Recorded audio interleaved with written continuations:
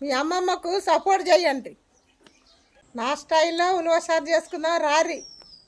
4 టమాటాలు, 10 పచ్చిమిర్చిలు, కొంచెం చింతపండు వేసి ఉడకబెట్టుకోవాలి.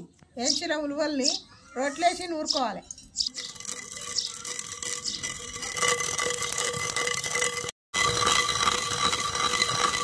కొత్తగా పేస్ట్ లెక్క నూరుకోవాలి.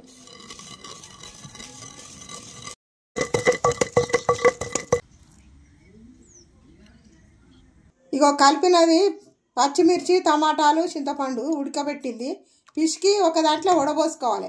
వడబోసుకున్నాక ఇగో నూరిన ఉలువల పిండి ఇంట్లో పోసుకోవాలి. చెంచాడు కారం, సరిపడా ఉప్పు.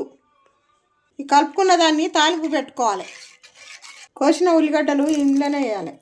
తాలింపు కోసం 3 చెంచాల నూనె,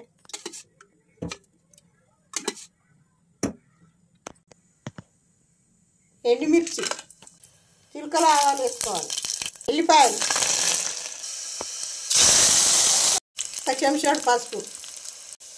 కలుపుకున్న చారును పోపులో పోసుకోవాలి.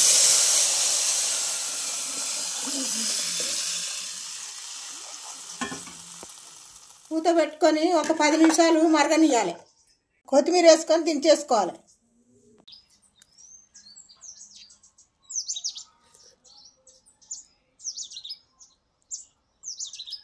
అబ్బబ్బబ్బబ్బబ్బా మామూలుగా లేదు ఉలవచారు, బాగుంది. అబ్బా కమ్మగుంది ఉలవచారు.